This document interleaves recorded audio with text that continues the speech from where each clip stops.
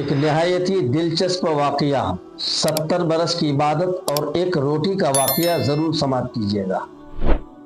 انشاءاللہ العزیز اس سے آپ کو کچھ سبق آموز باتیں ملیں گی۔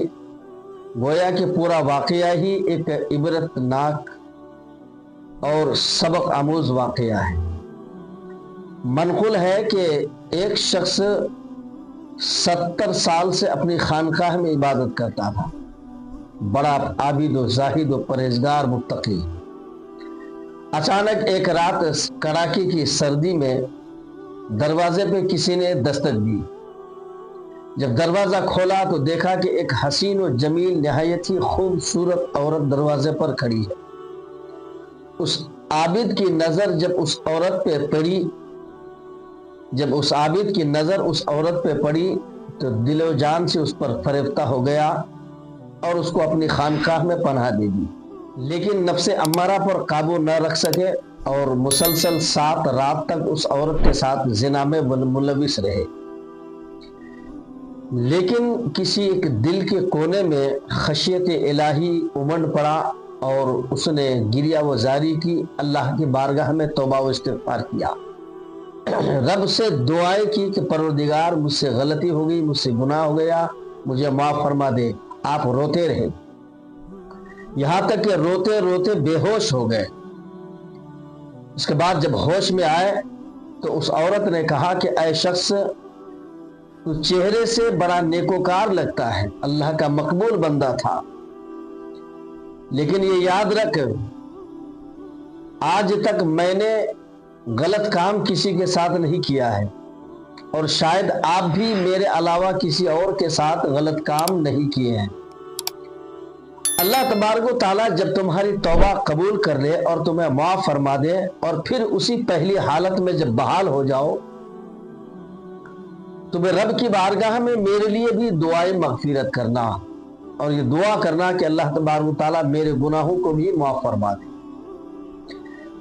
معزز ناظرین کرام، اس عابد و زاہد کے دل پر خشیت الہی کچھ ایسا بیٹھ گیا کہ وہ اپنے خانقاہ کو چھوڑ کر جنگل کی طرف بھاگ گئے۔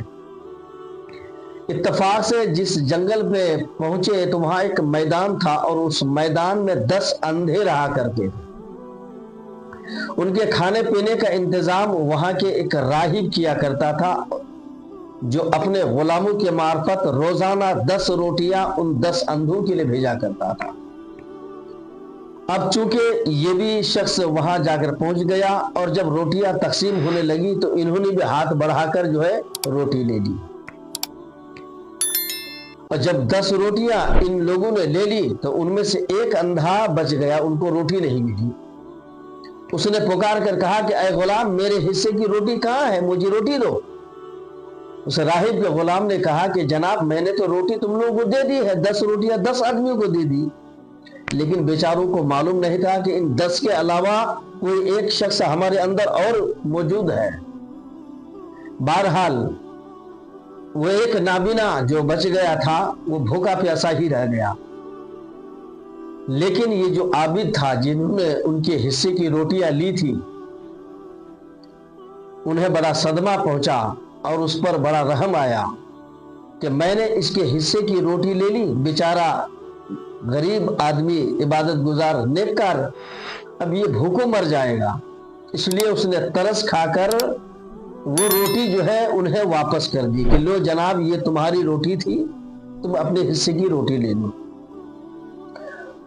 روٹی دے دی اور یہ خود بھوکا پیاسا رہ گئے، یہاں تک کہ ان کی حالت بھوک سے دیگرگو ہونے لگی، زمین پر گر کر تڑپنے لگے، بھوک اور پیاس کی شدت سے تڑپنے لگے، یہاں تک کہ اسی میں اس کا انتقال ہو گیا۔